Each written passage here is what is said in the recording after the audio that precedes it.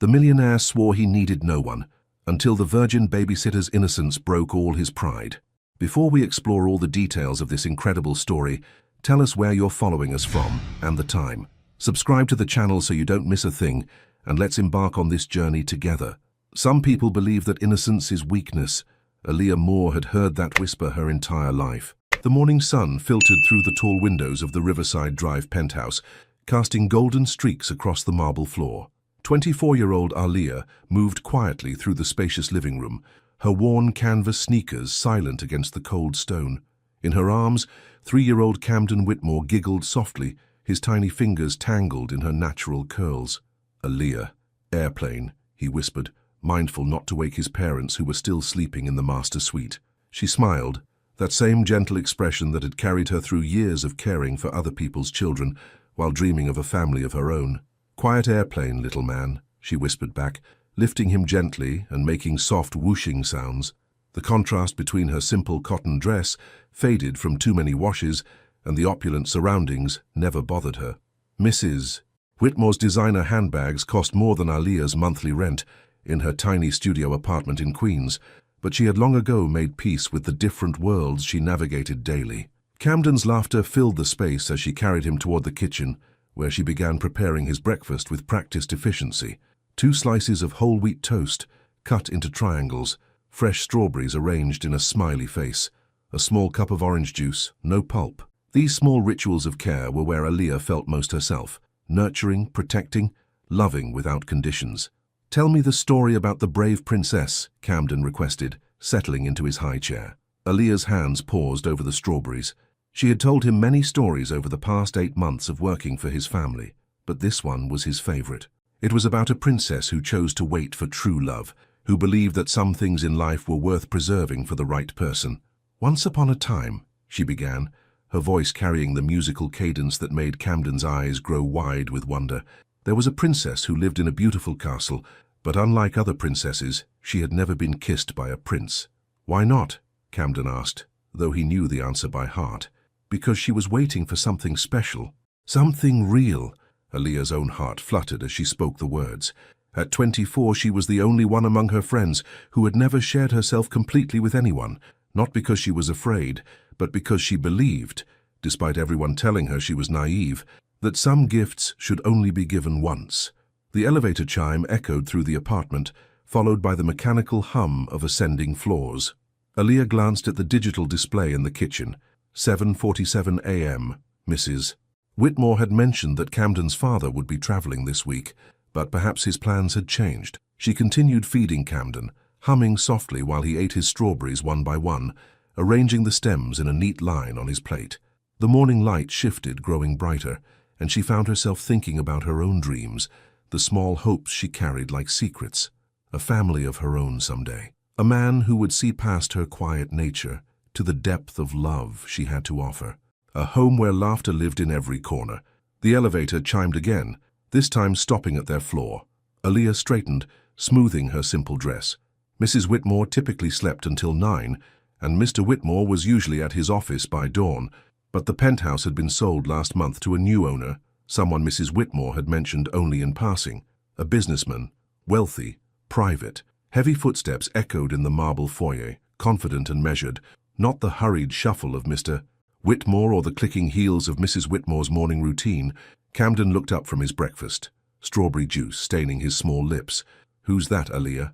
Before she could answer, a deep voice cut through the morning quiet, cold, commanding, and utterly unfamiliar. "I wasn't expecting anyone to be here." Aaliyah turned toward the kitchen entrance, her heart suddenly beating faster. Standing in the doorway was a man who seemed to command the very air around him. Tall, impeccably dressed even at this early hour, with dark hair and eyes that held the weight of someone accustomed to having every question answered before it was asked. This had to be Sebastian Kane, the new owner Mrs. Whitmore had barely mentioned, the man who had purchased this penthouse with the casualness of someone buying coffee. "Mr. Kane," she said softly, instinctively moving closer to Camden. "I'm Aaliyah Moore. I take care of Camden for the Whitmores." "Mrs. Whitmore said the transition would be gradual and that my services might still be needed." His gaze moved from her to Camden, then back to her face. There was something unsettling about the way he looked at her, not unkind, but intense, as if he was trying to solve a puzzle he hadn't expected to encounter. The Whitmores failed to mention they were leaving their babysitter behind, he said, his tone neutral, but with an edge that made Aaliyah's chest tighten. I can leave, she said quickly, already reaching for Camden. I didn't mean to intrude. Mrs. Whitmore said, no. The single word stopped her mid-motion. Sebastian Kane stepped further into the kitchen, his presence filling the space in a way that made the vast penthouse suddenly feel intimate.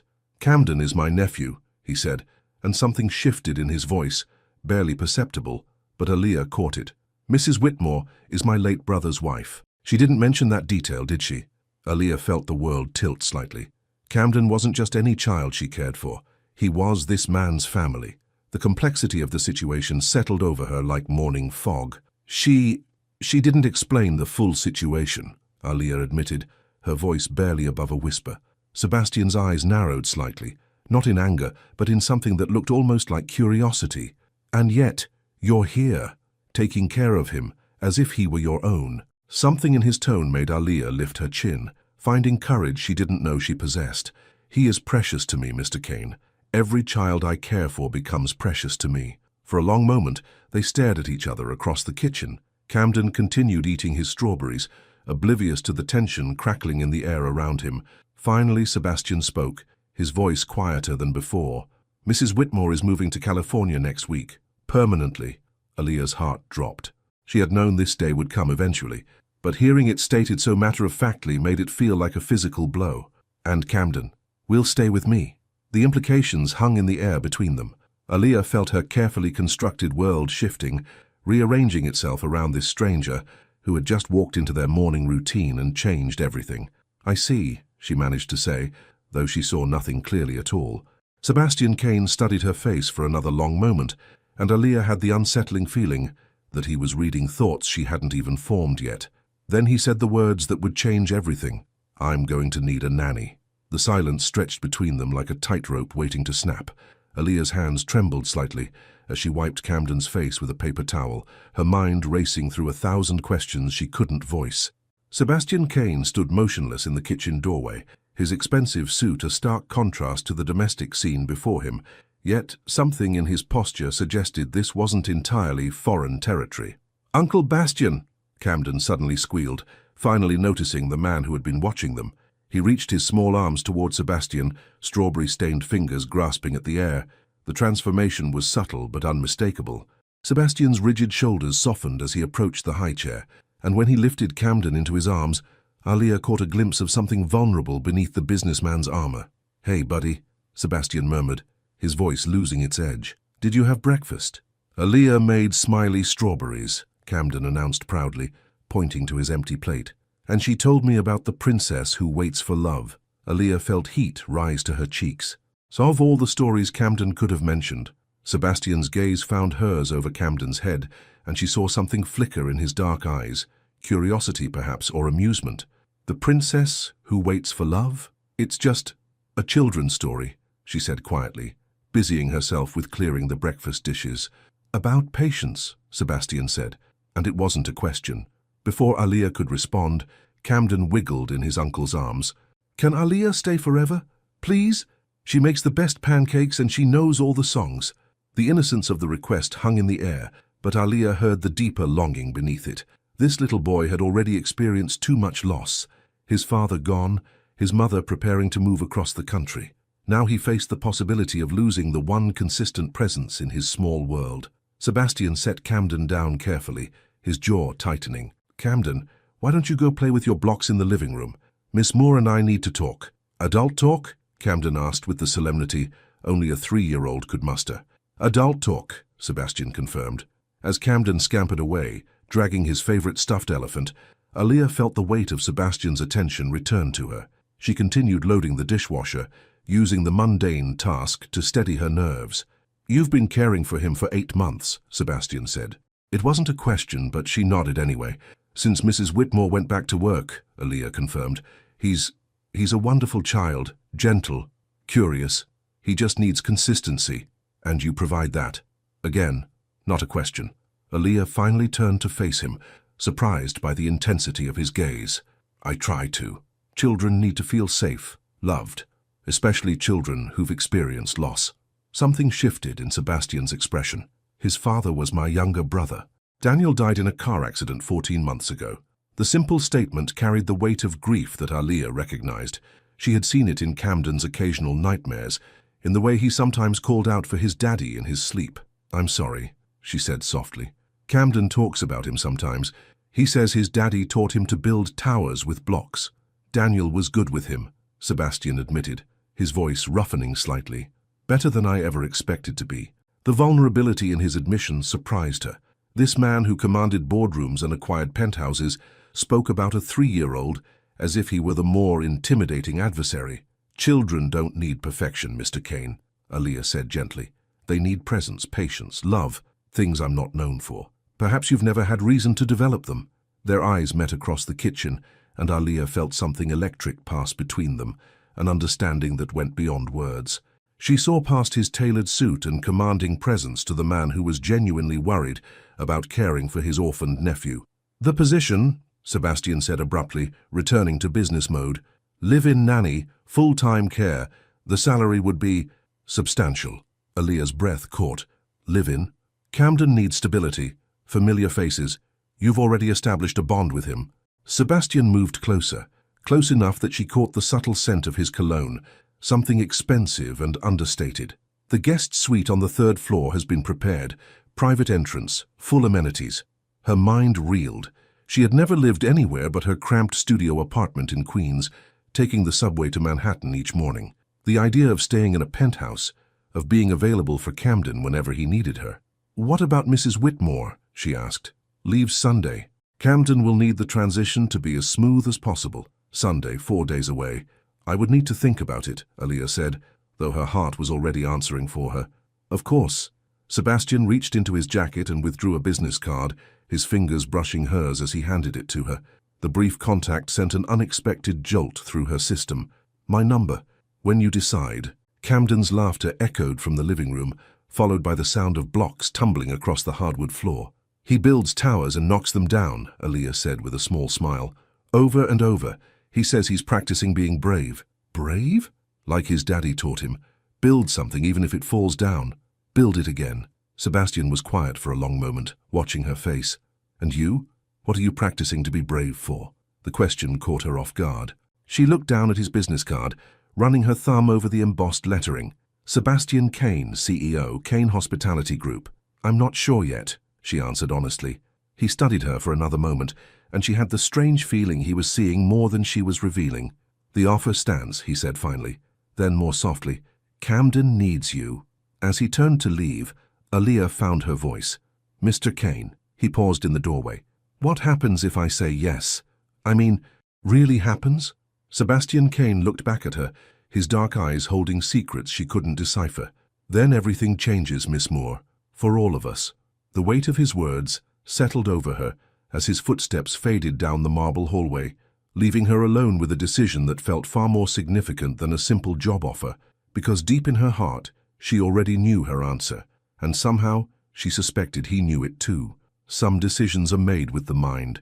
Others are made with the heart long before the mind catches up. Aaliyah stared at her reflection in the cracked mirror of her studio apartment bathroom, Sebastian Kane's business card propped against the faucet like a question mark she couldn't answer. 3 days had passed since his offer, and she had replayed their conversation dozens of times, searching for hidden meanings in every pause, every glance. The morning light filtering through her single window was grey and tired, matching her mood. In 12 hours, Mrs. Whitmore would be boarding a plane to California, leaving Camden behind with an uncle who admitted he didn't know the first thing about raising a child. Her phone buzzed against the bathroom counter. A text from her best friend Jasmine. "Girl, you've been MIA for days. Everything okay?" Aaliyah typed back quickly. "Big decision to make. Call you later."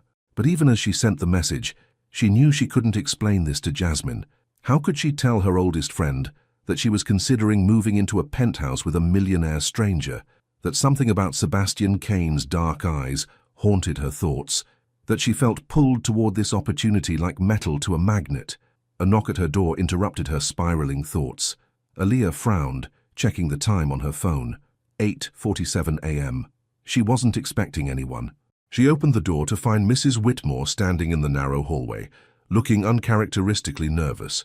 The older woman's usually perfect blonde hair was pulled back in a simple ponytail, and her designer clothes had been replaced with jeans and a sweater. "Mrs. Whitmore, is everything okay? Is Camden—" "Camden is fine. He's with Sebastian." Mrs. Whitmore twisted her hands together. "May I come in?" Aaliyah stepped aside, suddenly aware of how small her apartment looked through someone else's eyes. The fold-out couch that served as her bed, the tiny kitchenette, the single window that looked out onto a brick wall. "I came to talk to you about Sebastian's offer," Mrs. Whitmore said without preamble, "and to tell you things I probably should have said months ago." Aaliyah felt her stomach tighten. "What kind of things?" Mrs. Whitmore sat on the edge of the couch, her composure cracking slightly. "Sebastian isn't just Camden's uncle, Aaliyah. He's the reason I can afford to start over in California. The reason Camden has a trust fund that will secure his future. The reason I was able to grieve my husband without worrying about losing our home." The words settled between them like puzzle pieces Aaliyah was only beginning to understand. "He's been taking care of you both," she said softly. "From the day Daniel died." Mrs. Whitmore's voice caught. "Sebastian flew in from Tokyo for the funeral, saw the financial mess we were in, and quietly fixed everything. He never asked for credit, never demanded anything in return. He just took care of us." Aaliyah thought about the man who had stood in the kitchen 3 days ago, admitting he didn't know how to care for a child. "But he seems so distant with Camden." "That's not distance, honey. That's fear." Mrs. Whitmore met her eyes.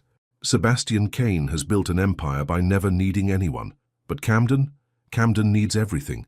Love, patience, stability, comfort. All the things Sebastian convinced himself he doesn't know how to give. Then why is he taking custody?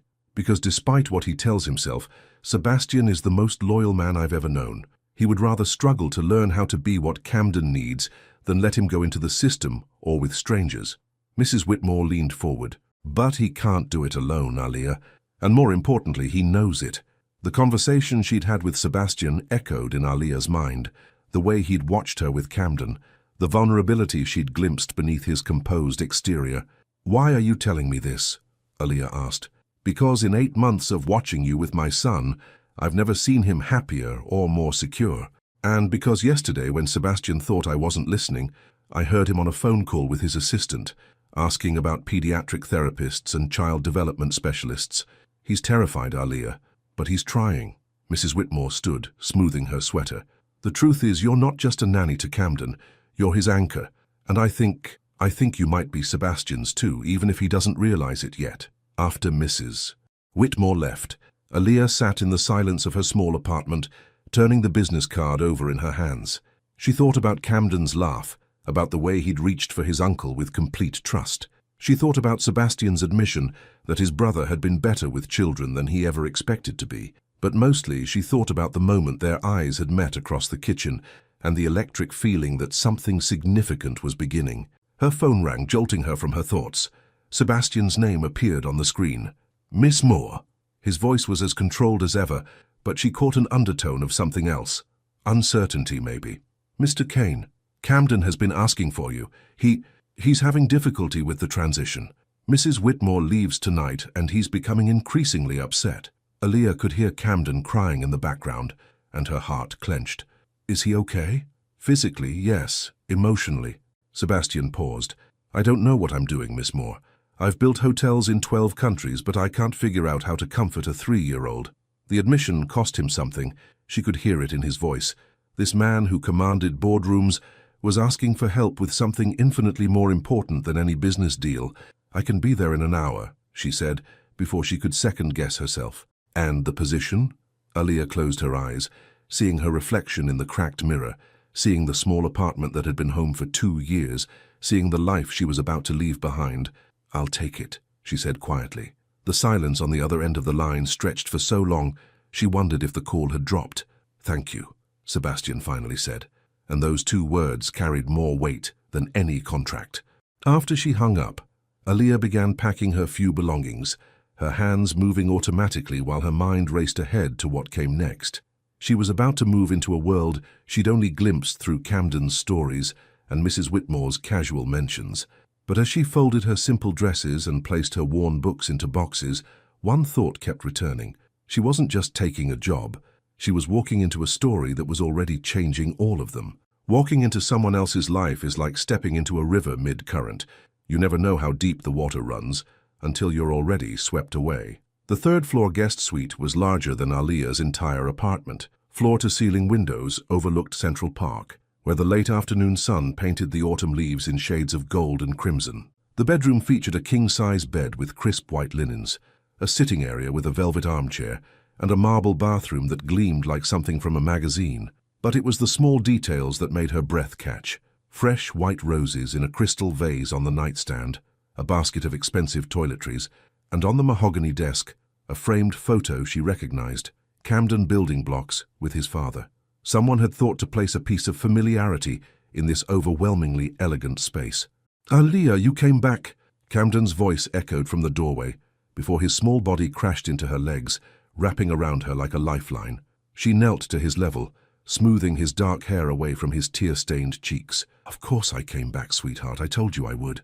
"Mama left on the big airplane," Camden whispered, his lower lip trembling.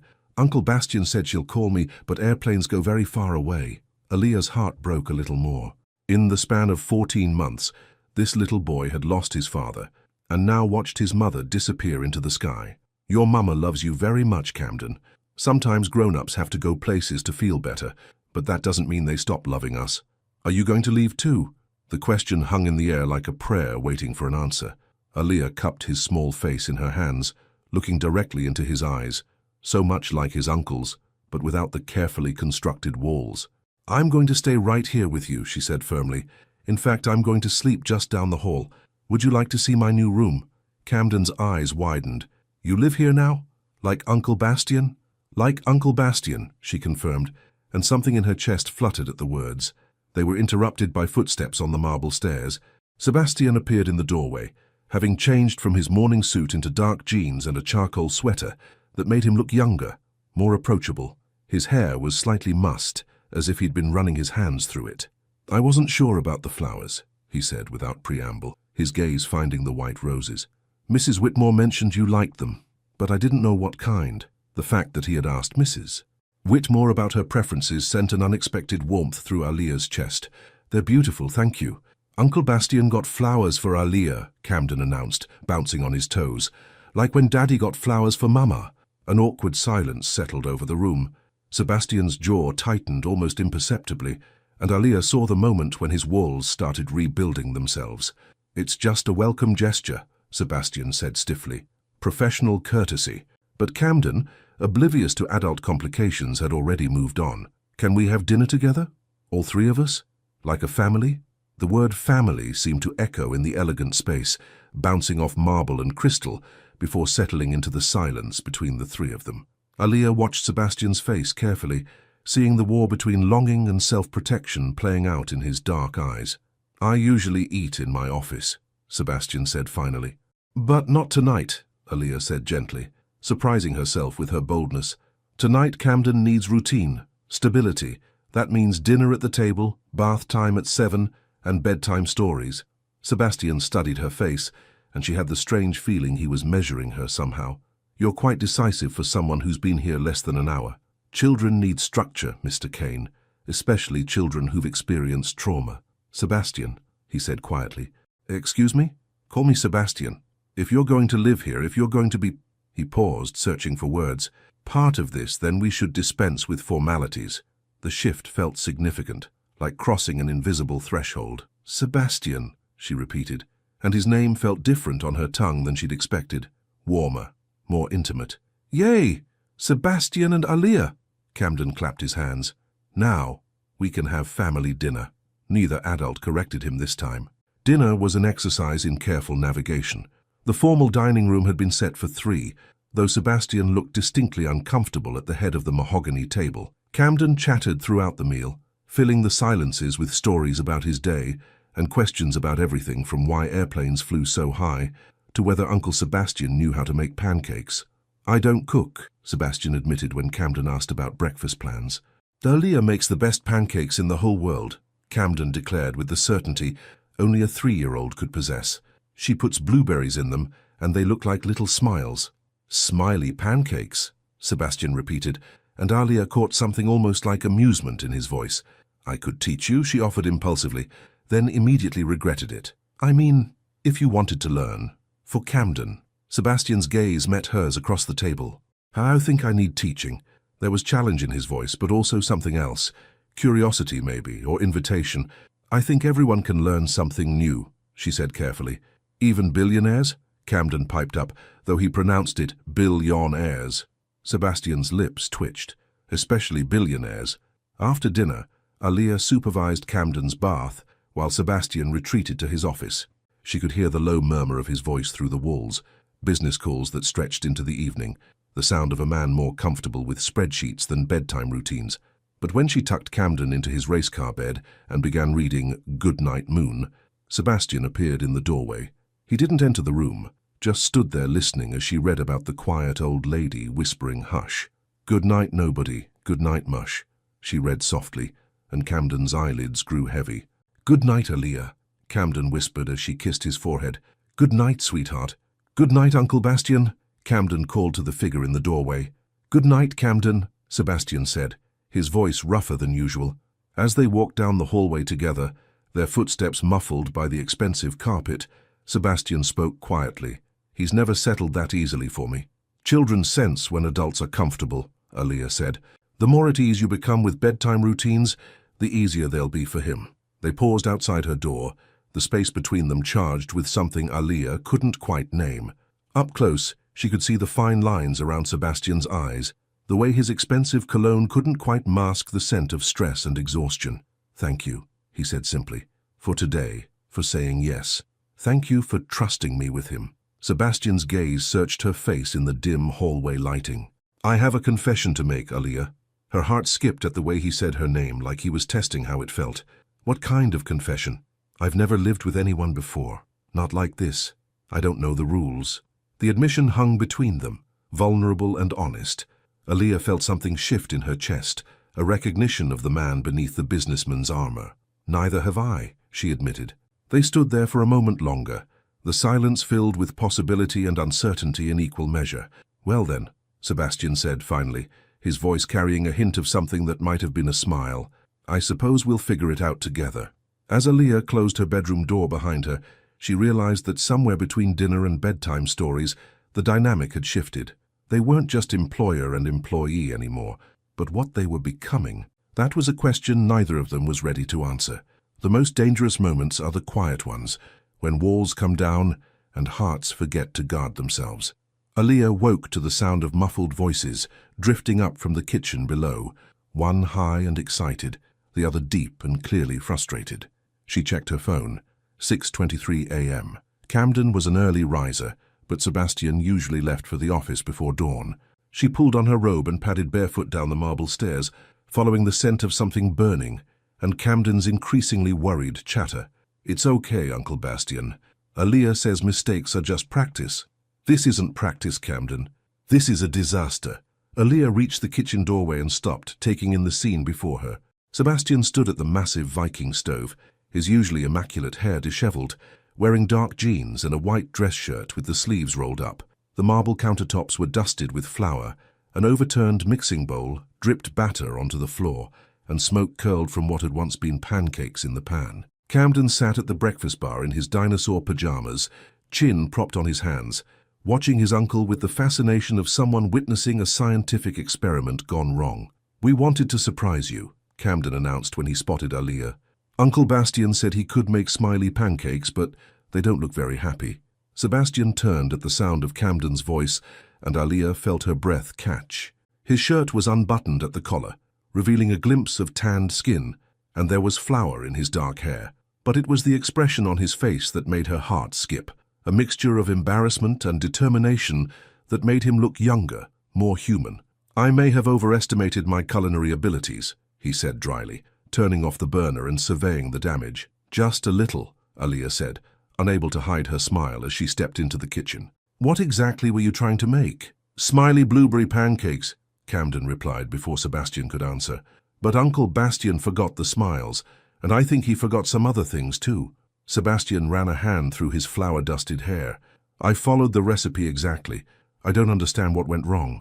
Alia moved closer, close enough to catch the scent of his cologne mixed with the chaos of their baking attempt. She peered into the mixing bowl, noting the lumpy consistency and the unopened package of baking powder on the counter.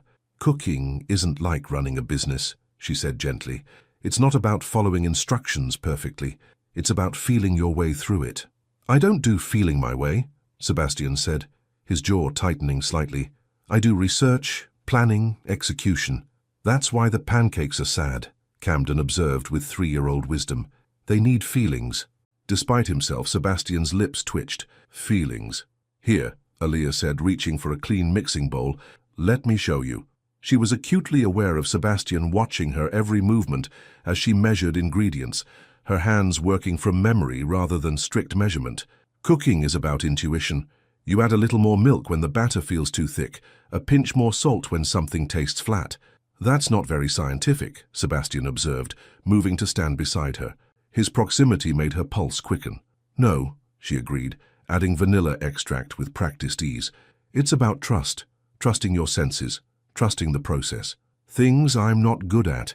The admission was quiet, meant more for himself than for her, but Aaliyah caught it. She looked up to find him watching her with an intensity that made her chest flutter. "Everyone can learn," she said softly, then louder. "Camden, want to help us make new pancakes?" "Yes, can I crack the eggs?" "1 egg," Aaliyah said, lifting him onto a step stool. Very carefully, she guided Camden's small hands as he cracked an egg into the bowl, fishing out a small piece of shell while Sebastian watched the process, with the focus he probably applied to million-dollar negotiations. "Now comes the magic part," Aaliyah said, handing Camden a wooden spoon. "We mix it, but not too much. Lumps are okay. Perfect pancakes come from imperfect batter." "That doesn't make sense," Sebastian said, but his voice carried more curiosity than criticism. "Trust me," Aaliyah said, meeting his gaze. Something passed between them in that moment, an understanding that went beyond pancake batter. Sebastian moved closer, close enough that she could feel the warmth radiating from his body. "Show me." His voice was rougher than necessary for a cooking lesson, and Aaliyah felt heat rise in her cheeks. She placed her hands over his on the spoon, guiding his movements as they stirred the batter together. His hands were larger than hers, strong and warm, and she tried to ignore the way her pulse accelerated at the contact. "Feel that?" she asked quietly. "The resistance? When it feels like this, you stop, even if it's not smooth." "Even if it's not perfect," Sebastian repeated, his voice low. "Even if it's not perfect." They stood that way for a moment longer than necessary, her hands covering his, the kitchen filled with nothing but the sound of Camden humming and the quiet hum of morning light through the windows. "My turn! My turn!" Camden interrupted, and they broke apart quickly, both reaching for the spatula at the same time. Their fingers brushed again, and Aaliyah felt electricity shoot up her arm. "Sorry," Sebastian said, pulling back. "It's fine," she managed, though her voice sounded breathless to her own ears. The first pancake went into the pan with a satisfying sizzle.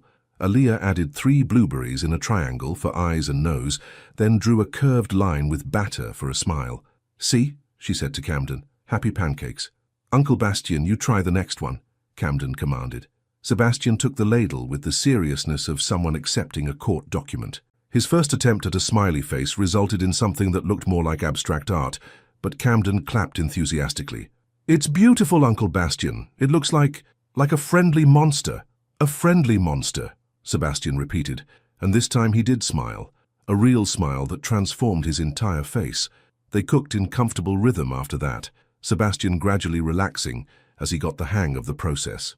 Aaliyah found herself stealing glances at him as he worked, noting the way he loosened up when he stopped trying to control every variable, the way his rare laughs at Camden's commentary made her stomach flutter. When they finally sat down to eat, Camden between them at the breakfast bar, the morning felt different, softer, more intimate than any of them had expected. "These are the best pancakes ever," Camden declared through a mouthful of blueberries. "Even the monster ones?" Sebastian asked. "Especially the monster ones." "Aaliyah, do you think Uncle Bastien is getting better at feelings?" Aaliyah caught Sebastian's gaze across Camden's head, seeing something vulnerable in his dark eyes. "I think he's learning," she said carefully. "Good," Camden said with satisfaction. "Because tomorrow I want to learn how to make cookies, the kind with chocolate chips that look like smiles." Sebastian groaned softly. "More smiling food?" "All food should be happy," Camden announced with the authority of a food critic. After breakfast, as Aaliyah cleaned up and Sebastian prepared for his delayed departure to the office, Camden settled into his playroom with his blocks. The kitchen felt too quiet suddenly, filled with the weight of what had just happened between them. "Thank you," Sebastian said quietly, adjusting his tie. He had transformed back into the businessman, but flour still dusted his collar. "For the lesson." "It was just pancakes," Aaliyah said, though they both knew it was more than that. "Was it?" The question hung in the air between them, loaded with implications neither of them was ready to address. Aaliyah busied herself wiping down the already clean counter, hyper-aware of Sebastian's presence behind her. "Aaliyah," she turned, surprised by the softness in his voice. "I'll be late tonight. Board meeting. Will you and Camden be all right?" "Of course. We'll be fine." Sebastian nodded, but he didn't move toward the door. Instead, he stepped closer, close enough that she had to tilt her head back to meet his gaze. "You were right," he said quietly. "About trust. About feeling your way through things." Her heart hammered against her ribs. "Sebastian, I haven't trusted anyone in a very long time, Aaliyah. But you—" He paused, seeming to struggle with the words.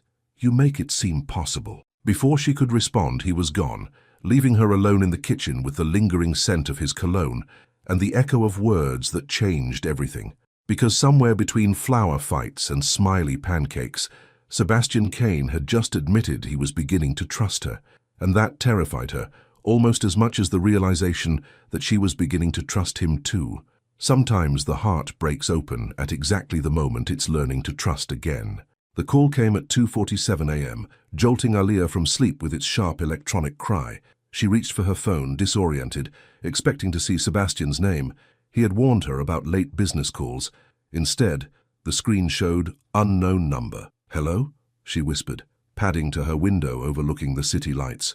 "Is this Aaliyah Moore?" The voice was female, professional, with an edge of urgency that made Aaliyah's stomach clench. "Yes. Who is this?" "This is Dr. Rivera from Mount Sinai Emergency. We have Sebastian Kane here. You're listed as his emergency contact." The words hit her like ice water. "Emergency contact? What happened? Is he okay?" "Car accident about an hour ago. He's stable, but he's asking for you. Can you come in?" Aaliyah's mind raced. Emergency contact. She'd been living there less than a week. Yes, I'll be right there. But I have a child with me. Bring him. Mr. Kane is quite insistent about seeing both of you." The line went dead, leaving Aaliyah staring at her phone in the dark. Her hands trembled as she pulled on clothes and gently woke Camden, her mind spinning with questions she couldn't answer. Why was she Sebastian's emergency contact? How badly was he hurt? And why did the thought of losing him feel like losing a piece of herself she hadn't known existed? Mount Sinai's emergency room smelled like antiseptic and fear. Camden clung to her hand, his eyes wide as they navigated the maze of curtained beds and medical equipment. A nurse with kind eyes led them to Bay 7, where Sebastian sat on the edge of a hospital bed, his dress shirt torn and bloody, a butterfly bandage over his left eyebrow. "Aaliyah," the relief in his voice was palpable. "You came." "Of course I came." She wanted to run to him, to check for injuries herself, but something held her back. The formal distance they'd been maintaining, maybe, or the way Camden's small hand squeezed hers tighter. "Are you hurt? What happened?" "Drunk driver ran a red light," Sebastian said simply, wincing as he shifted position. "I'm fine. Bruised ribs, some cuts. Could have been much worse." "Uncle Bastian!" Camden broke free from Aaliyah's grip and scrambled onto the hospital bed, careful to avoid the IV line in Sebastian's arm. "You're hurt. Did the bad car bite you?" Sebastian's expression softened as he wrapped his good arm around Camden. "Something like that, buddy. But I'm okay. See? Just some scratches." "Aaliyah was scared," Camden announced with the brutal honesty of a 3-year-old. She cried in the taxi. Heat flooded Aaliyah's cheeks. She hadn't realized Camden had noticed her tears. "I was just worried," she said quietly. Sebastian's gaze found hers over Camden's head, and something passed between them, an acknowledgement of feelings neither had admitted out loud. "Why am I your emergency contact?" she asked, needing to break the intensity of the moment. Sebastian looked uncomfortable. "I changed it yesterday, after the pancakes." He paused, searching for words. "I realized that if something happened to me, Camden would need you, and I would want you to know." The simple admission hit her harder than she expected. In less than a week, She had become important enough to this man that he wanted her notified if he was hurt. The responsibility of that trust settled over her like a blanket, warm and terrifying at the same time. Mr. Kane, a doctor, appeared at the foot of the bed, clipboard in hand. Discharge papers are ready. Take it easy for a few days, ice the ribs, and follow up with your primary physician if the headaches worsen. I can drive, Sebastian said, starting to stand. No. Aaliyah's voice was firmer than she intended. You're not driving anywhere. We'll take a car service. Sebastian raised an eyebrow. Are you giving me orders, Miss Moore? Yes, she said simply. I am. For a moment they stared at each other in a battle of wills. Then Camden piped up. Aaliyah's right, Uncle Bastian. Hurt people shouldn't drive cars. That's dangerous. Sebastian's lips twitched. Well, when you put it like that. The ride home was quiet. Camden asleep between them in the back seat of the town car. Sebastian's eyes were closed, his head resting against the window, and Aaliyah found herself studying his profile in the passing streetlights. The butterfly bandage, the way he held his left side carefully, the exhaustion etched in the lines around his eyes. She could have lost him tonight. The thought struck her with unexpected force. This man who had become so central to her world in such a short time could have been taken away by a drunk driver's poor decision. Stop looking at me like that, Sebastian said quietly, not opening his eyes. Like what? Like you're trying to memorize my face. Aaliyah felt heat rise in her cheeks. I wasn't. You were. He opened his eyes then, turning to face her. The same way I've been looking at you when you're not watching. The admission hung in the air between them, honest and vulnerable. Camden stirred in his sleep, his small body warm against Aaliyah's side. Sebastian, she began, but he shook his head. Not here. Not now. But soon, Aaliyah. We need to talk about what's happening between us. Back at the penthouse, Aaliyah helped Sebastian to his room, while Camden slept soundly in the guest bed.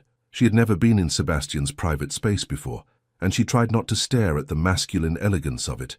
The king-size bed with its charcoal duvet, the floor-to-ceiling windows overlooking the city, the glimpse of expensive suits in the walk-in closet. I can manage from here, Sebastian said, but his wince as he tried to remove his torn shirt betrayed him. Don't be stubborn, Aaliyah said softly. Let me help. She moved closer, her fingers finding the buttons of his shirt. The intimacy of the moment wasn't lost on either of them. Her careful touch as she worked around his injuries, the way his breathing changed as her hands brushed against his skin. When she revealed the angry purple bruises across his ribs, she couldn't stop the small gasp that escaped her lips. It looks worse than it is, Sebastian said quietly. It looks terrible. Without thinking, she reached out to trace the edge of the bruising with feather-light fingers. Sebastian inhaled sharply at her touch, and she realized what she was doing. I'm sorry, she whispered, starting to pull away. Don't. His hand covered hers, holding it against his chest. Don't apologize. They stood there in the dim bedroom light, her palm flat against his warm skin, feeling the steady beat of his heart beneath her fingers. The space between them hummed with tension and unspoken desires. Aaliyah, Sebastian said, his voice rough with something that had nothing to do with his injuries. Yes. When I was lying on that stretcher, waiting for the ambulance, do you know what I thought about? She shook her head, not trusting her voice. You. I thought about never seeing your smile again, never hearing you laugh with Camden, never getting the chance to tell you. He paused, his thumb tracing across her knuckles. Never getting the chance to tell you how you've changed everything. Her heart hammered against her ribs. Sebastian. I know this is complicated. I know I'm your employer, that there are boundaries we shouldn't cross. But tonight, lying there in that hospital bed, I realized that some things are more important than boundaries. Before she could respond, before she could think about all the reasons this was dangerous, Sebastian's free hand cupped her face, his thumb brushing across her cheek. Tell me you feel it too, he whispered. This pull between us. Tell me I'm not imagining it. Aaliyah looked into his dark eyes and saw her own longing reflected there. All her life, she had been careful, cautious, waiting for the right moment, the right person. But standing here in the lamplight of his bedroom, Sebastian's heart beating steadily beneath her palm, she realized that sometimes the right person comes disguised as everything you thought you didn't want. You're not imagining it, she whispered. The confession seemed to unlock something in both of them. Sebastian's hand tightened on her face, drawing her closer, and Aaliyah felt herself moving toward him as if pulled by an invisible thread. But just as their lips were about to meet, Camden's voice echoed from down the hallway. "Aaliyah, I had a bad dream." They sprang apart like teenagers caught by parents, the spell broken by the innocent interruption. Aaliyah's cheeks burned as she realized how close they had come to crossing a line that would change everything. Camden needs me," she stammered, backing toward the door. "Aaliyah, wait." But she was already gone, fleeing down the hallway toward Camden's room and away from the terrifying realization that she was falling in love with Sebastian Kane. And from the way he had looked at her in those final moments, she suspected he was falling too. The most dangerous lies are the ones we tell ourselves about what we don't want. Aaliyah stood at the kitchen window, watching the sun paint Central Park in shades of amber and gold, her coffee growing cold in her hands. She had been awake since 4 a.m., replaying every moment of the night before.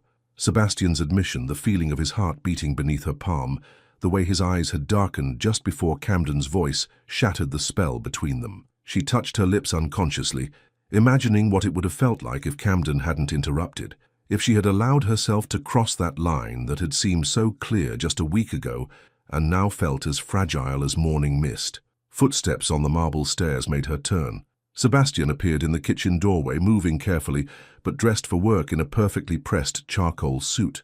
The butterfly bandage over his eyebrow was the only visible reminder of the accident, but she could see the careful way he held his left side. "You're up early," he said, his voice neutral, professional. The businessman was back, walls firmly in place. Couldn't sleep. She busied herself pouring him coffee, grateful for something to do with her hands. "How are you feeling?" "Fine. The ribs are just tender." He accepted the coffee but didn't drink it, instead studying her face with an intensity that made her stomach flutter. "About last night." "Nothing happened last night," Aaliyah said quickly, turning back to the window. "You were hurt. Emotions were high. People say things they don't mean when they're in shock." The silence stretched between them, heavy with unspoken truths. When Sebastian finally spoke, his voice was quiet, but firm. "Is that what you think? That I didn't mean what I said?" Before she could answer, Camden's voice echoed from upstairs. "Aaliyah, Uncle Bastian, come see my tower." "Saved by the bell," Sebastian murmured, but there was no amusement in his tone. They found Camden in his playroom, surrounded by an elaborate construction of blocks that reached nearly to his chest.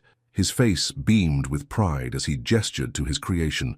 "Look, it's the biggest tower ever. It's strong enough for anything." "It's amazing, sweetheart," Aaliyah said, kneeling beside him.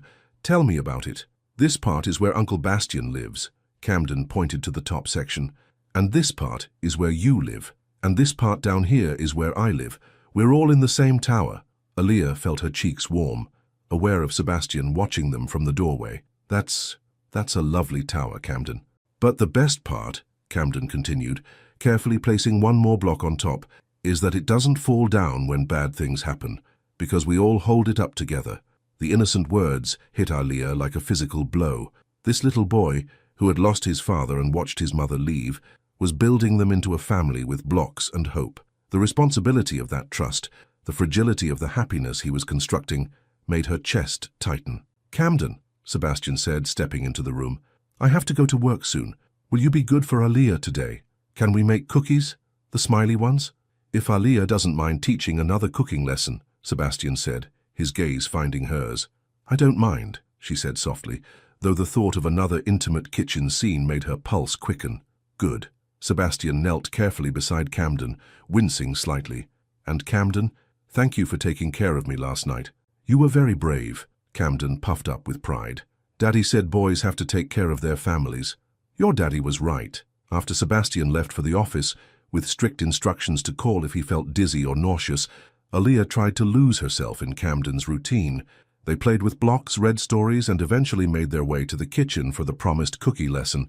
But as she measured flour and Camden chatted about sprinkles, her mind kept drifting to Sebastian's words. "Tell me you feel it too." "Aaliyah?" Camden's voice broke through her reverie. "Are you sad?" She looked down to find him watching her with the uncanny perception children sometimes possessed. "Why would you think I'm sad, sweetie?" "You have the same face Mama had before she went on the airplane," Camden said seriously. "Like you're thinking about leaving too." The observation struck her like a physical blow. Was that what she was doing? Planning her escape before things got too complicated? "I'm not leaving, Camden," she said firmly, kneeling to his level. "I promised you I would stay, remember? But what if Uncle Bastian makes you sad? What if you don't want to live in our tower anymore? The question revealed a depth of understanding that broke her heart. This little boy was already preparing for another abandonment, already trying to understand adult emotions that were too complex for his 3-year-old world. "Camden," she said, cupping his small face in her flour-dusted hands, "sometimes grown-ups have complicated feelings, but that doesn't mean they stop loving the people who are important to them.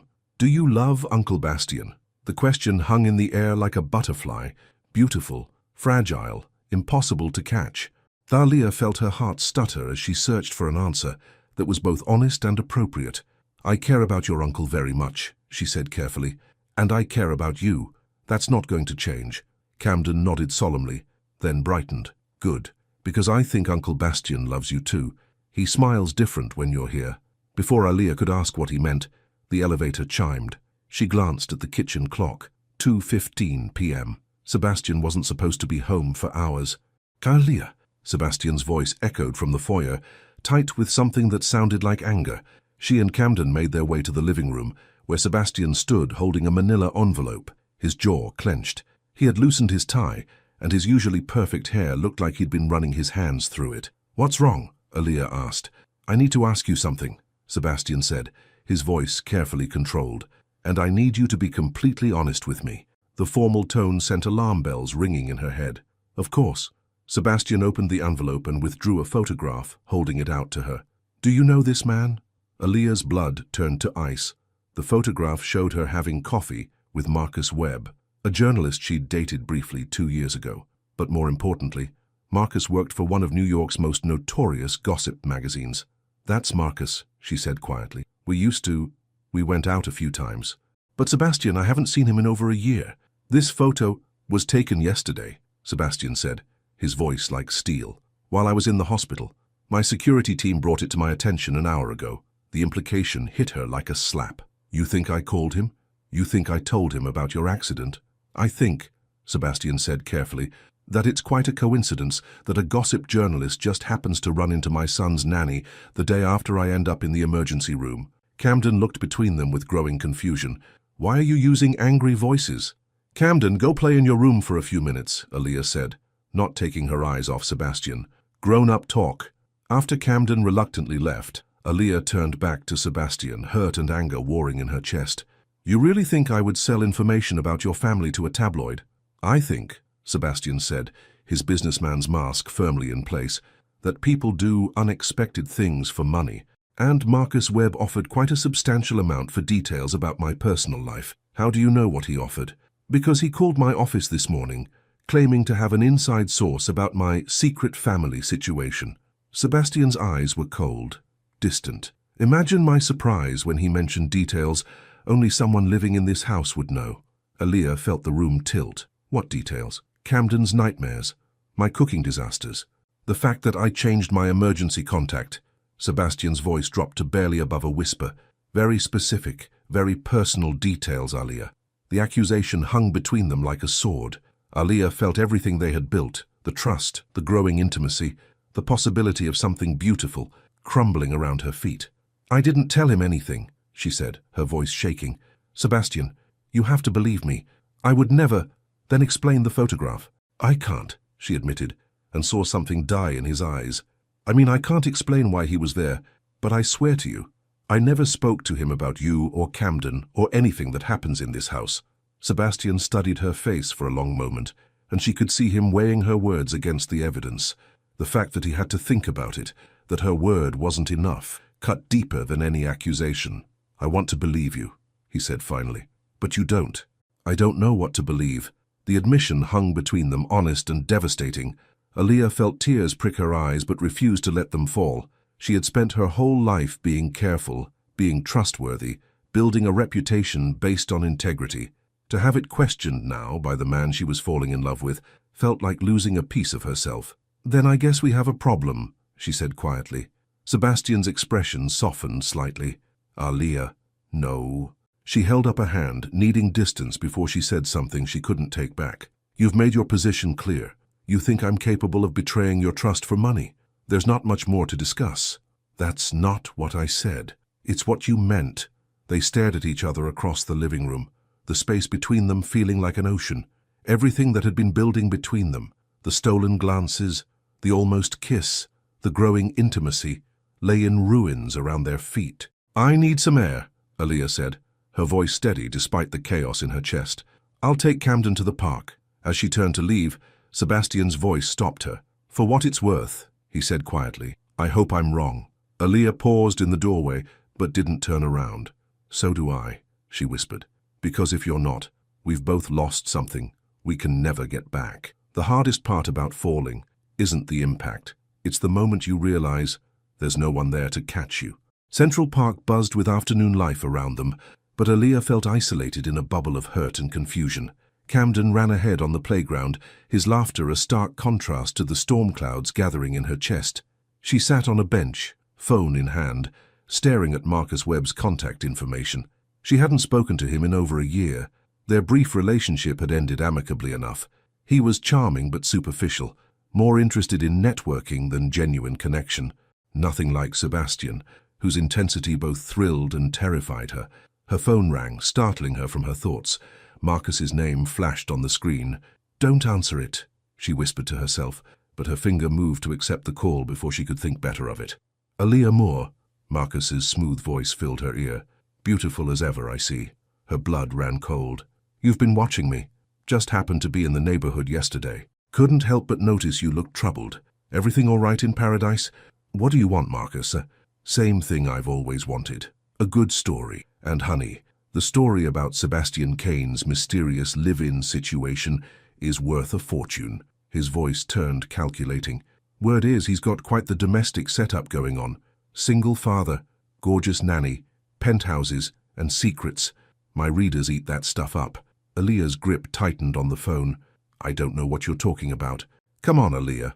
We both know you're living in his penthouse, taking care of his kid, playing house with one of Manhattan's most eligible bachelors."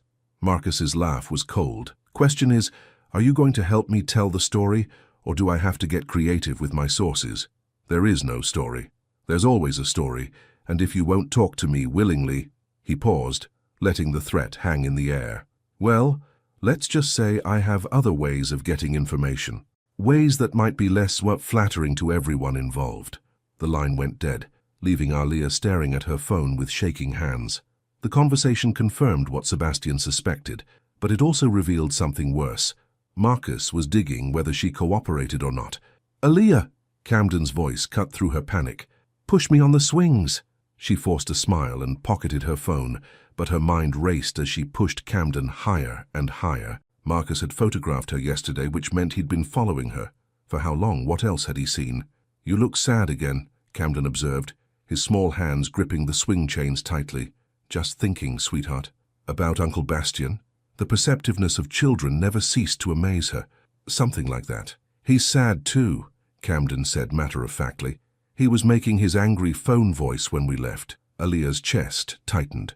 Sebastian was probably calling his lawyers, his security team, maybe even employment agencies to find her replacement.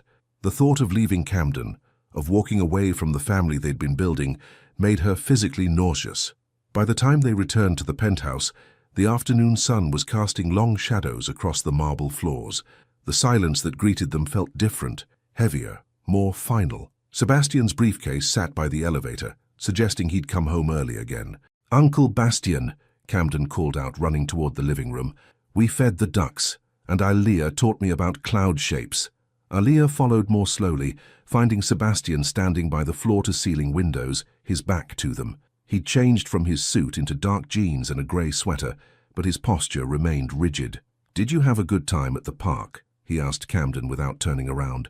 "Yes," but Aaliyah's phone made her sad. A man called and said mean things. Sebastian turned then, his dark eyes finding hers immediately. "What man?" Aaliyah's mouth went dry. She could lie, pretend the call never happened, but Camden's innocent honesty had already revealed too much. "Marcus called," she admitted quietly. Something dangerous flashed in Sebastian's eyes. "And?" "And he threatened to publish whatever story he wanted with or without my cooperation." She lifted her chin, meeting his gaze directly. "Which proves I wasn't his source, doesn't it? If I was feeding him information, why would he need to threaten me?" Sebastian studied her face for a long moment. "What exactly did he threaten?" He said he had other ways of getting information, ways that might be less flattering to everyone involved. Bastard, Sebastian muttered under his breath, then caught himself. Sorry, Camden. It's okay, Camden said cheerfully. Mama used to say bad words when she was worried too. The innocent comment hung in the air, a reminder of all the loss this little boy had already endured. Aaliyah saw Sebastian's expression soften as he looked at his nephew. Camden, why don't you go play in your room for a little while? Sebastian said gently. Aaliyah and I need to have an adult conversation. After Camden left, reluctantly dragging his stuffed elephant behind him, Sebastian turned back to Aaliyah. The distance between them felt like a chasm. I owe you an apology, he said quietly. Do you? I let fear make me suspicious. I let my past experiences color my judgment of you. He ran a hand through his hair. I'm not good at trust, Aaliyah. I've built my entire life around the principle that people will eventually disappoint you if you give them the chance. And yet, you made me your emergency contact. Because with you, I wanted to try. His voice was rough with emotion. For the first time in my adult life, I met someone who made me want to believe in the possibility of something real. Aaliyah felt tears prick her eyes. Wanted to. Past tense. No. Sebastian stepped closer, close enough that she could see the regret in his dark eyes. Want to. Present tense. I still want to believe, Aaliyah. I'm just terrified of being wrong. Why? The simple question seemed to cost her everything to ask, and him everything to answer. Because I'm falling in love with you, he said quietly. And I've never been in love before. I don't know the rules. I don't know how to protect myself or Camden or you from the consequences of that. The confession hit her like a physical blow, not because it was unexpected, but because it echoed the truth she'd been trying to deny to herself. Sebastian, I know it's complicated. I know there are boundaries I shouldn't cross, professional lines that shouldn't be blurred. But Christ, Aaliyah, when I thought you might have betrayed us, it felt like someone had ripped my heart out. Tears spilled down her cheeks before she could stop them. I would never hurt Camden. Never. Whatever you think of me, I think you're the strongest, most genuine person I've ever met, Sebastian interrupted. I think Camden adores you, and I think you've made this house feel like a home for the first time in my life. I think I was an ass for doubting you, even for a moment. But you did doubt me. Yes, he admitted, and I'll probably doubt again because trust doesn't come naturally to me. But I want to learn, Aaliyah, if you'll teach me. They stood facing each other in the golden afternoon light, the weight of everything said and unsaid hanging between them. Aaliyah felt her carefully constructed walls crumbling, the protective distance she'd been trying to maintain dissolving like mist. I'm falling in love with you too, she whispered, and it terrifies me. Sebastian's eyes closed briefly, as if her words caused him physical pain. Where does that leave us? I don't know. We need to figure this out, Sebastian said, because Marcus Webb isn't going away. If anything, he'll dig deeper now, try to find dirt on both of us. And if he publishes some twisted version of our story, Camden gets hurt, Aaliyah finished. Camden gets hurt, Sebastian confirmed, and I won't let that happen. The protectiveness in his voice made her chest warm, even as the implications of their situation settled over her like a cold blanket. They were trapped between their growing feelings and the need to protect Camden from scandal. So, what do we do? She asked. Sebastian moved closer, close enough to touch, but he kept his hands at his sides. We be careful. We keep things professional in public, and we figure out how to handle Marcus Webb before he destroys everything we're building. And between us, Sebastian's gaze searched her face. Between us, we take it one day at a time. We learn to trust each other, and we see if what we're feeling is strong enough to survive the storm that's coming. Aaliyah nodded, but fear clenched in her stomach, because something in Sebastian's tone suggested he already knew the storm would be worse than either of them imagined. Sebastian, she said, as he turned toward his office. Yes? When you said you'd probably doubt again, does that mean you still don't completely trust me? He paused in the doorway, his back to her. When he spoke, his voice was barely above a whisper. I want to trust you completely, Aaliyah, but there's something you should know about me. I've never trusted anyone completely, not even myself. As his footsteps faded down the hallway, Aaliyah sank onto the couch, his words echoing in her mind. Because if Sebastian Kane couldn't trust himself, how could he ever truly trust her? And more terrifying still, what would happen when Marcus Webb inevitably found the ammunition he was looking for? Sometimes love isn't enough to hold something together. Sometimes it's exactly what tears it apart. The morning started like any other. Aaliyah hummed softly as she prepared Camden's breakfast, the routine movements comforting in their familiarity.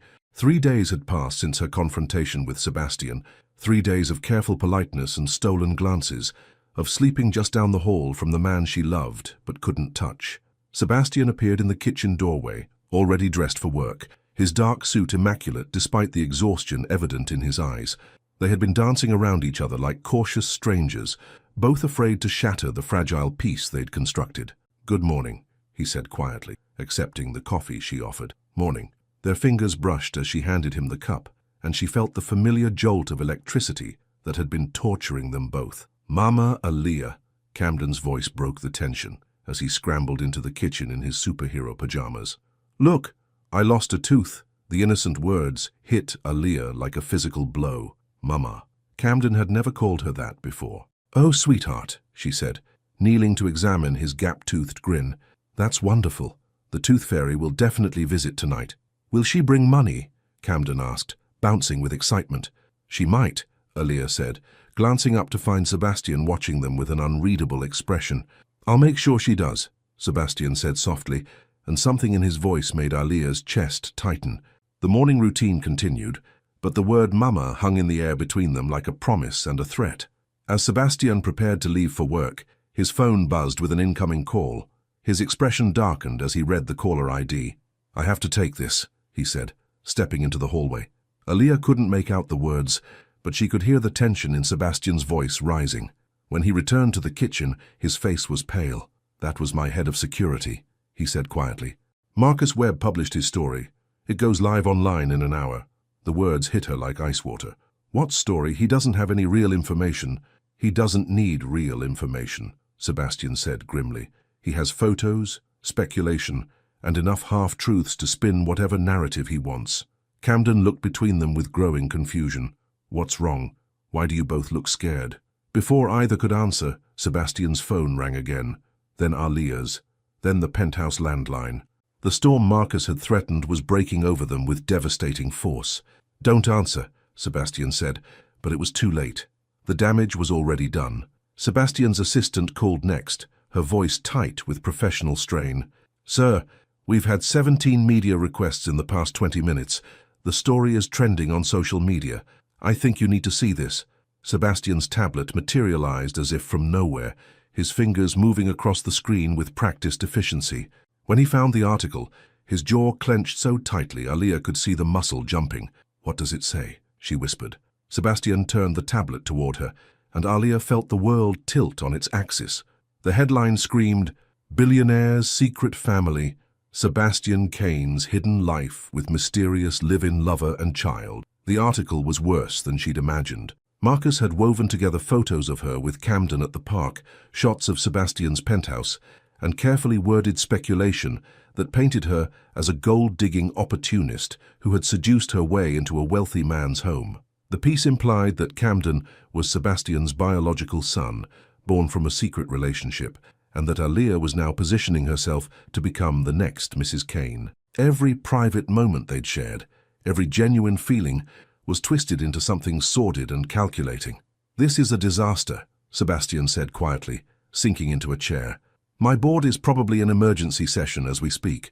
The custody arrangement with Camden could be questioned, and your reputation—" "My reputation was never worth protecting anyway," Aaliyah said, surprised by how steady her voice sounded. "But Camden's is, and yours." "What do we do?" Camden asked, his small voice cutting through their panic. "Did we do something bad?" Aaliyah knelt beside him, her heart breaking at the confusion in his eyes. "No, sweetheart. Some people like to make up stories about other people, but we didn't do anything wrong." "Then why is everyone calling? Why do you and Uncle Bastien look so worried?" Before she could answer, the elevator chimed. Sebastian frowned. No one should have access to their private floor without permission. The elevator doors opened to reveal a woman in her 50s with steel-grey hair and a no-nonsense expression. She wore an expensive navy suit and carried herself with the authority of someone accustomed to being obeyed. "Hello, Sebastian," she said coolly. "I think we need to talk." Sebastian's face went ashen.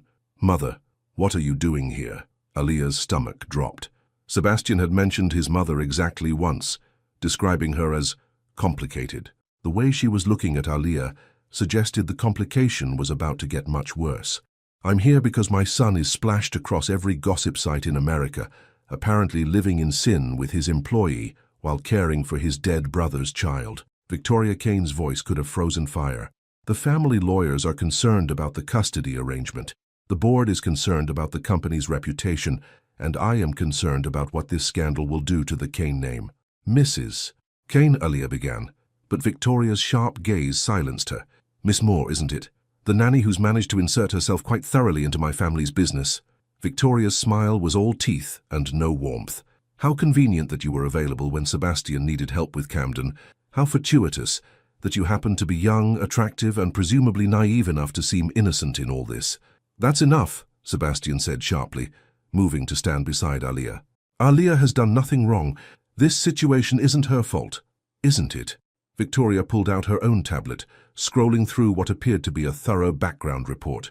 Miss Aaliyah Moore, 24, no significant assets, no family money, previous employment with 3 wealthy families in Manhattan. Quite the pattern, wouldn't you say? Mother, did you know she dated Marcus Webb 2 years ago, the same Marcus Webb who just published this exposé? Victoria's voice was surgical in its precision. Curious how her ex-boyfriend happened to be in the right place at the right time to document her new arrangement. Aaliyah felt the blood drain from her face. The implication was clear, devastating, and impossible to disprove. You think I planned this, she whispered. For you think I orchestrated this entire situation. I think, Victoria said carefully, that you're a very clever young woman who saw an opportunity and took it. The question is whether my son is too infatuated to see it clearly. Sebastian's face was a mask of conflicting emotions. Aaliyah could see him weighing his mother's words against everything he thought he knew about her. The doubt creeping into his eyes was like watching him die in front of her. Sebastian, Aaliyah said quietly, you know me. You know I would never, do I? The question escaped him like a wound. 2 weeks ago, I didn't even know you existed. Now my entire life is imploding, and somehow you're at the center of it all. The words hit her like physical blows. This was Sebastian's deepest fear made manifest, trusting someone completely and discovering they were exactly what he'd always suspected people would be. I think, Victoria said smoothly, that Miss Moore should pack her things and leave today, with appropriate compensation, of course, and a generous severance package that includes a non-disclosure agreement. No, Camden's voice cut through the adult tension like a knife. Aaliyah can't leave. She promised she would stay. She promised. The little boy ran to Aaliyah, wrapping his arms around her legs, and she felt her heart shatter completely. In trying to protect Camden from scandal, they had created exactly the situation that would hurt him most. Camden, sweetheart, she began. You promised, he sobbed against her leg. You promised you wouldn't leave like Mama did. Aaliyah looked up to find Sebastian watching them, his face a battleground of love and suspicion, need and self-protection. She could see the moment when his walls rebuilt themselves, when the businessman replaced the man who had whispered confessions of love just days before. Perhaps, he said carefully, some distance would be best, until this situation resolves itself. The formal words hit her harder than any accusation. Distance, situation, as if their love had been reduced to a corporate problem requiring management. I see, Aaliyah said quietly, gently disentangling Camden's arms from her legs. I'll pack my things. Aaliyah, wait! Sebastian took a step toward her, but his mother's sharp look stopped him. This is for the best, Sebastian, Victoria said firmly, for everyone involved. As Aaliyah climbed the stairs to her room, Camden's broken sobs echoing behind her, she realized the cruelest irony of all. She had finally found the love she'd been waiting for her entire life, and it was exactly what had destroyed them all. The deepest truths are often found in the wreckage of everything we thought we knew. Aaliyah stood in her small Queen's apartment, surrounded by the boxes she'd hastily packed just hours earlier. The silence was deafening after weeks of Camden's laughter and Sebastian's quiet presence. Her phone had been ringing non-stop. Reporters, curiosity seekers, even old acquaintances suddenly interested in her story. She had turned it off an hour ago, unable to bear another intrusion into her grief. The knock at her door came at 9:47 p.m., sharp and insistent. Through the peephole, she saw a woman she didn't recognize. Mid-30s, blonde hair pulled back in a severe bun, expensive clothes that screamed lawyer or corporate executive. Miss Moore, my name is Jennifer Walsh. I'm head of security for Kane Hospitality. We need to talk. Against her better judgment, Aaliyah opened the door. Jennifer Walsh had the kind of presence that commanded attention, sharp eyes that missed nothing, and a bearing that suggested she was used to getting answers. "What do you want?" Aaliyah asked, not inviting her in. "To give you information that might change everything," Jennifer said simply. "May I come in? What I have to show you isn't something we should discuss in a hallway."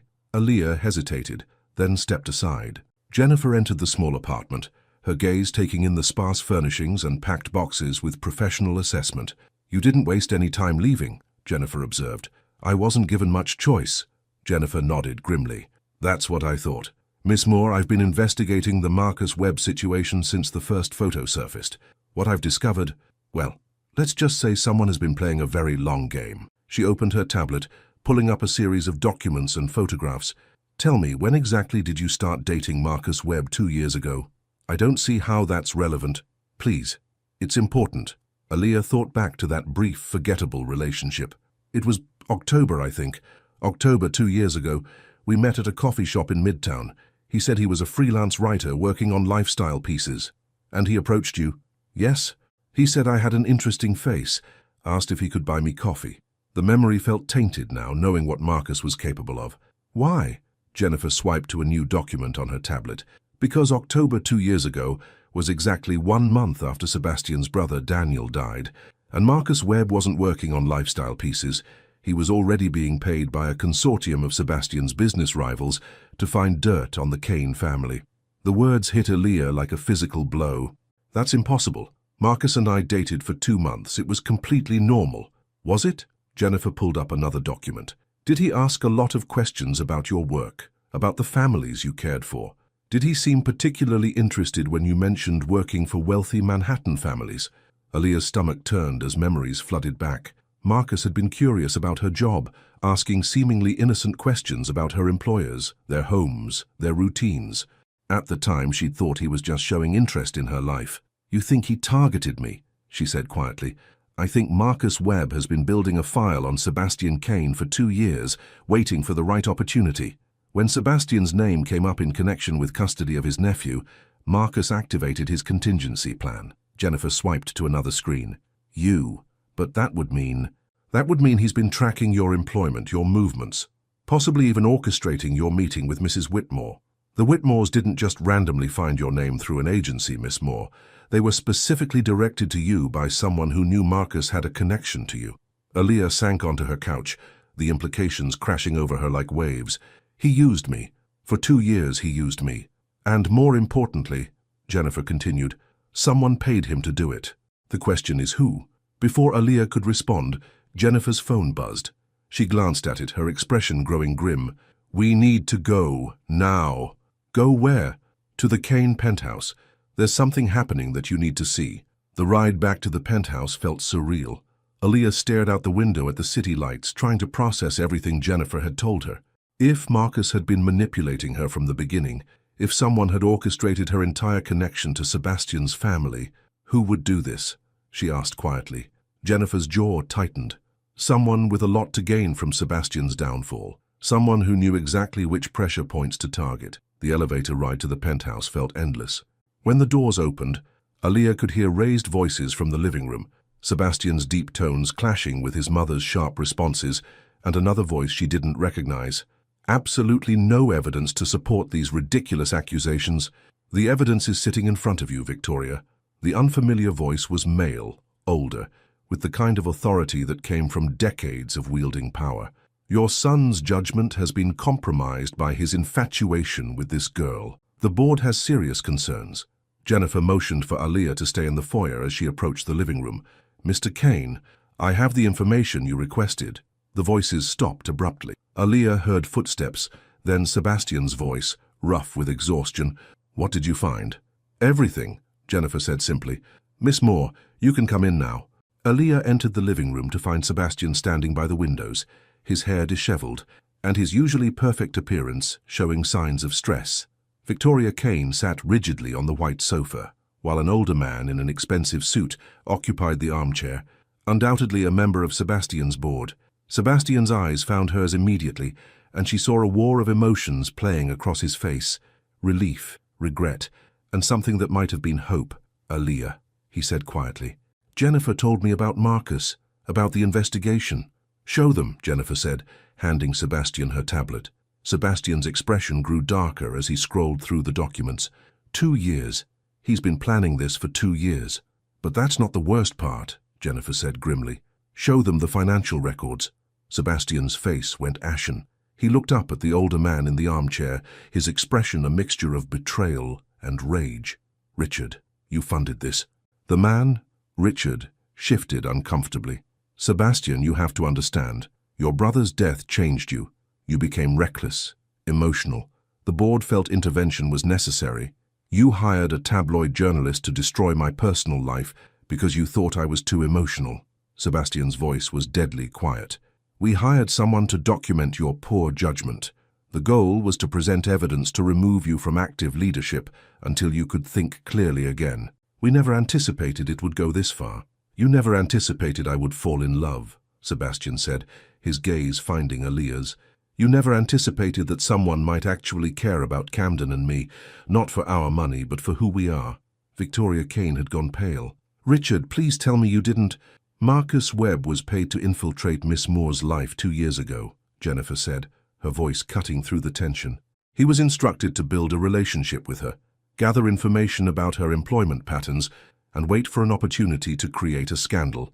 When Sebastian took custody of Camden and hired Aaliyah, they activated their plan. Aaliyah felt sick.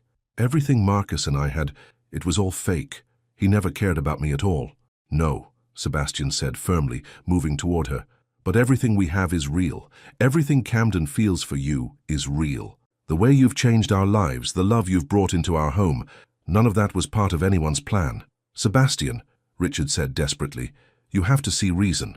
This woman, Sebastian interrupted, his voice carrying the full weight of his authority, is the best thing that's ever happened to my family. She's caring, honest, and she loves Camden like he was her own child, which is more than I can say for the people I trusted to have my back. He turned to face Richard fully, his businessman's mask firmly in place. You're fired from the board, effective immediately. Security will escort you out. If you ever come near my family again, I'll have you arrested for harassment. You can't do this. I can and I am. Jennifer, please see Mr. Hardwick out. As Jennifer escorted the protesting Richard toward the elevator, Victoria Kane stood slowly. Sebastian, perhaps I was hasty in my judgment. Perhaps you were, Sebastian agreed coldly. But that doesn't excuse the damage you helped cause. Victoria's gaze moved to Aaliyah, and for the first time, there was something approaching respect in her eyes. Miss Moore, I owe you an apology. It appears I allowed my concerns for my family's reputation to cloud my judgment about your character. Apology accepted, Aaliyah said quietly, though the words felt hollow after everything that had happened. After Victoria left, promising to handle the media situation, Sebastian and Aaliyah were finally alone. The silence stretched between them, heavy with everything they needed to say and everything they'd lost. Where's Camden? Aaliyah asked. Asleep. He cried himself to exhaustion asking for you. Sebastian's voice broke slightly. Aaliyah, I'm so sorry. I should have trusted you. I should have fought for you instead of letting my fear make me weak. You weren't weak, she said softly. You were protecting Camden, I understand that. Do you? Because I'm not sure I understand it myself. Sebastian moved closer, close enough that she could see the exhaustion and regret in his dark eyes. I told you I was falling in love with you, and then at the first test I failed. I let doubt win instead of love. Tears spilled down Aaliyah's cheeks. Sebastian, I know I don't deserve another chance. I know I've broken something between us that might not be fixable. But Aaliyah, if there's any possibility, any chance at all that you could forgive me. He dropped to his knees in front of her, taking her hands in his. I love you. Not just falling in love. I love you completely, desperately, with everything I have. You brought light into a house that had only known shadows. You made Camden smile again. You made me believe in the possibility of family, of trust, of love that doesn't come with conditions. Aaliyah looked down at this powerful man kneeling before her, bearing his heart in the wreckage of everything they'd built and lost. I love you too, she whispered. But Sebastian, how do we move forward from this? How do we rebuild what was broken?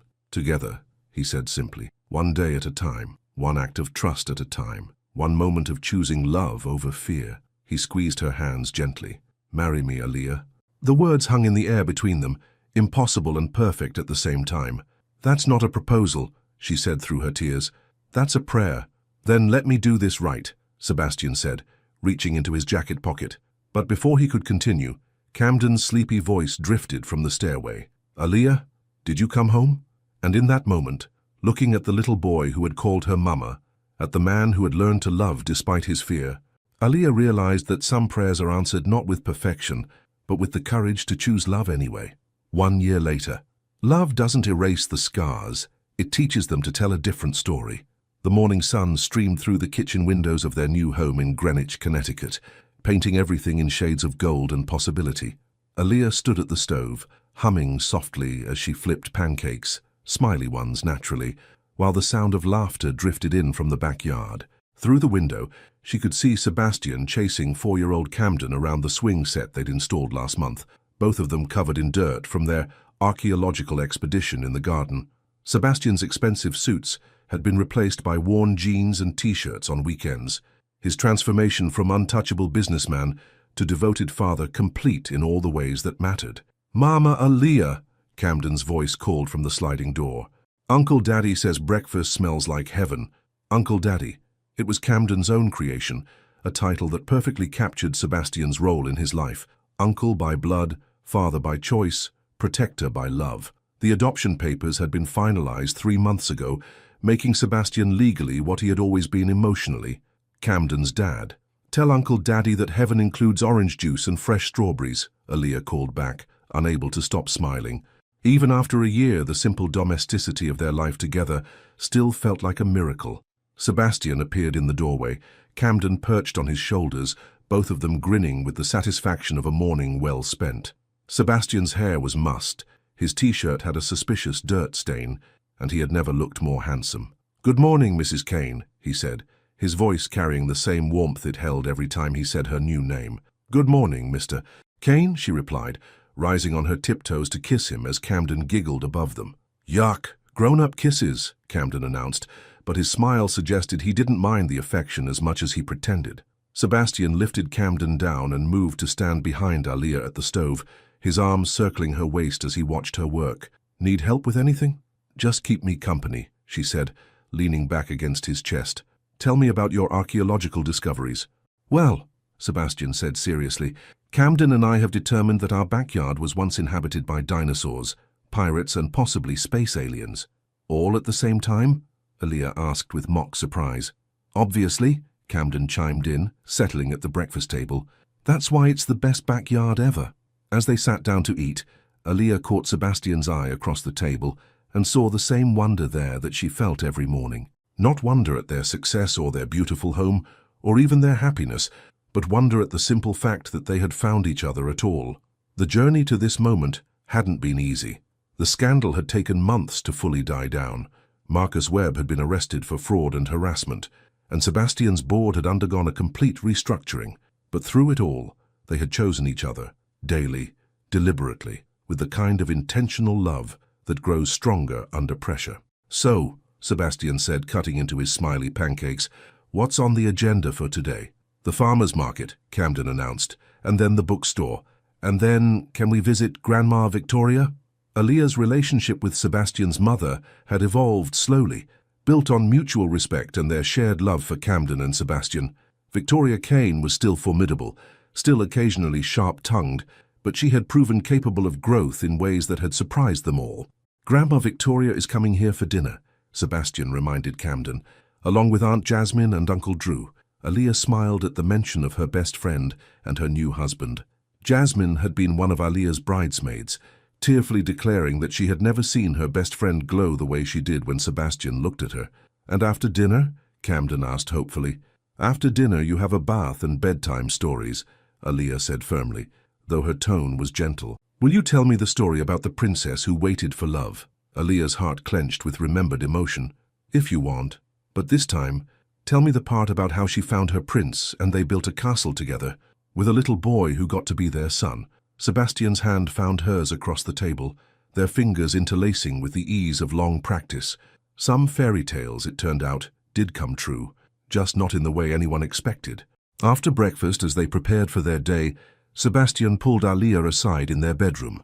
The space was theirs now, decorated with photos of their small family, books they both loved, and the comfortable accumulation of a shared life. "I have something for you," he said, producing a small wrapped package from his dresser drawer.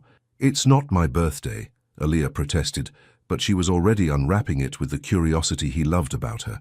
Inside was a delicate silver locket, engraved with 3 words: trust, love, family. "Sebastian," she breathed, running her finger over the engraving. "I had it made to commemorate our first anniversary," he said, taking it from her hands to fasten around her neck. "Inside is a photo from our wedding day, the one of you and Camden laughing while I tried to figure out how to cut the cake." Aaliyah opened the locket to see the tiny photo, and her eyes filled with tears. It captured a perfect moment of joy, the 3 of them caught in a burst of laughter that told the story of their love better than any posed portrait could. "I love it," she whispered. "I love you. Even when I'm covered in dirt and chasing dinosaurs in the backyard. Especially then." Sebastian cupped her face in his hands, his thumbs brushing away her happy tears. "A year ago, I thought I knew what my life would look like. Controlled, predictable, safe. I never imagined it could be this good." "What part?" Aaliyah asked, though she knew the answer. "All of it. The chaos and the laughter and the pancakes and the bedtime stories. The way Camden calls me Uncle Daddy like it's the most natural thing in the world. The way you hum while you cook. The way our house feels like a home because you're in it." He paused, his voice growing rough with emotion. "But mostly, I never imagined I could love someone the way I love you. Completely. Without reservation. Without fear." "No fear at all?" Aaliyah teased gently. "Well," Sebastian admitted with a smile, "maybe a little fear. The good kind. The kind that makes you hold on tighter to what matters." From downstairs, Camden's voice called up to them. "Are we going to the market or not? The dinosaurs are getting impatient." They laughed, the sound mixing and harmonizing like everything else in their life together. As they walked downstairs hand in hand, Aaliyah caught sight of their reflection in the hallway mirror, Sebastian in his weekend clothes, hair still mussed from their morning adventure, herself in a simple sundress, the new locket catching the light at her throat, and Camden racing ahead of them, chattering about all the adventures the day might hold. They looked like what they were, a family, not perfect, not without their challenges, but real and loving and whole. "Ready for whatever comes next?" Sebastian asked as they reached the bottom of the stairs. Aaliyah squeezed his hand, thinking of the journey that had brought them here, from that first morning in the penthouse kitchen to this moment of complete happiness. They had learned to trust each other, to choose love over fear, to build something beautiful from the broken pieces of their past. "With you and Camden," she said, watching their son try to convince them that he needed to bring his stuffed elephant to the farmer's market for emotional support. "I'm ready for everything." Because some love stories don't end with happily ever after. They begin with it. And theirs was just getting started. Final message to viewers. What would you do if love knocked down every wall you'd built to protect yourself? Would you have the courage to choose trust over fear, even when everything seemed lost? Share your thoughts in the comments below. We'd love to hear how this story touched your heart. Your participation in the channel is very important. Please leave your opinion in the comments. Thank you so much for watching until the end. If you enjoyed this story, don't forget to subscribe to the channel, leave a like, and comment your thoughts. Your participation is very important to us. See you next time.